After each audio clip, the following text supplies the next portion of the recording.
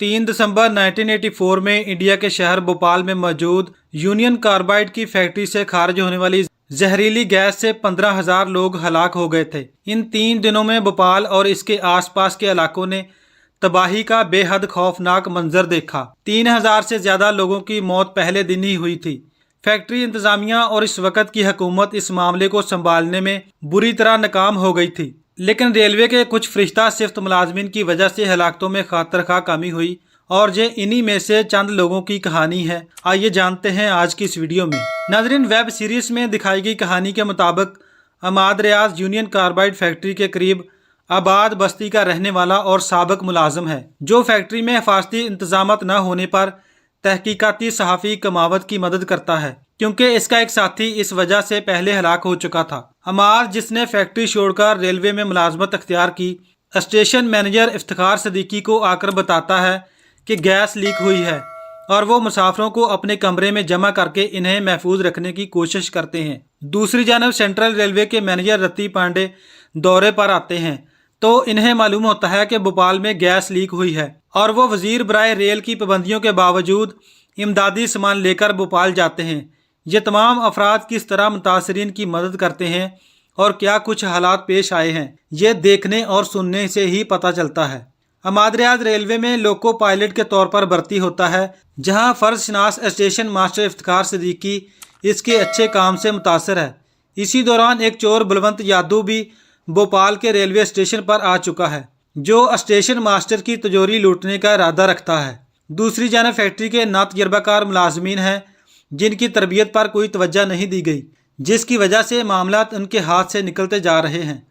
जहरीली gas methyl isocyanide के लिए पानी जानलेवा साबित हो सकता है, लेकिन हिफाजती इकदाम और बाकायदा तरबियत ना होने की वजह से 2 दिसंबर 1984 की रात वो लम्हा आन पहुंचता है जब जहरीले मवाद से भरे चैम्बर पानी मिलने की वजह से फट पड़ते हैं और जानलेवा गैस भोपाल शहर के बासियों को निगलना शुरू कर देती है।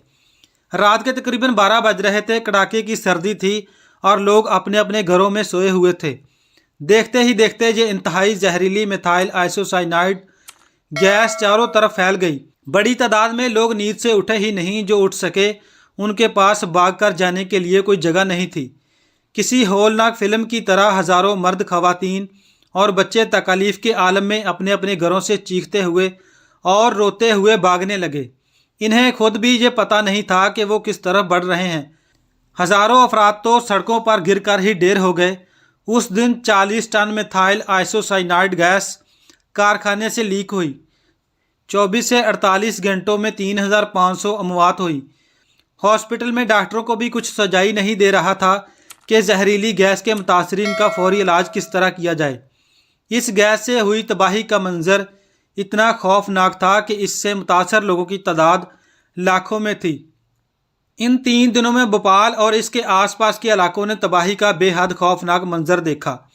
3,000 से ज़्यादा लोगों की मौत पहले दिन ही हुई, ताहम पूरे गैस सानहा में तकरीबन 23,000 लोग मौत की नींद सो गए। मौत की अमलदारी शुरू होती है और शहर में लोग खांसते हुए तेज़ी से मरने लगते हैं। यही हाल भोपाल रेलवे स्टेशन का है, जहां स्टेशन मास्टर इफ्तिखार सदीकी मामले को देखते हुए लोगों को बचाने की कोशिश करते हैं। अमाद रियाज इनके साथ है और चोर बलवंत यादू भी इंसानी जज्बे के तहत मदद करने के लिए अपनी जान पर खेलने को तैयार है। यहाँ एक और किरदार रति पांडे की एंट्री होती है, जो रेलवे का मैनेजर है और तमाम हुकूमती रुकावटों के बावजूद मदद के लिए भोपाल जंक्शन पहुँचना चाहता है। ये वेब सीरीज़ ज़्यादा से ज़्यादा इंसानी जानों को बचाने के लिए इन 4 लोगों की जदोजहद को दिखाती है। ज़िंदगी के असल हीरोज़ के लिए कोई रीटेक नहीं होता।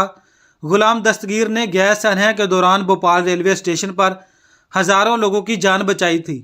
वो उस वक्त भोपाल में डिप्टी स्टेशन सुपरिटेंडेंट थे। गुलाम दस्तगीर के पास भी रीटेक का कोई मौका नहीं था। उन्होंने एक एक्शन में पूरी रात समेट दी, एक ऐसी रात जो उनकी 2003 की बची बकिया ज़िंदगी में पर बहुत ज़्यादा बारी रही। भोपाल रेलवे स्टेशन पर तैनात गुलाम दस्तगीर ने गैस सानहा की इस रात सैकड़ों जानें बचाईं। स्टेशन मास्टर की इस शहादत को भोपाल शहर समेत पूरी दुनिया भूल गई। पहले तो खुद गुलाम दस्तगीर और उनके ख़ानदान ने यह बर्दाश्त कर ली, लेकिन ये कहानी 39 साल तक दबी रही और वेब सीरीज भी रेलवे मैन से दुनिया के सामने आ गई, लेकिन वो भी आधी अधूरी आई।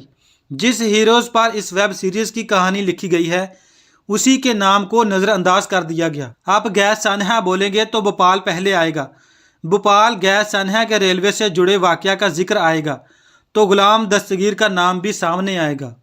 उस रात 12 बजे गुलाम दस्तगीर की ड्यूटी शुरू होती है और वो चारे संभाल लेते हैं।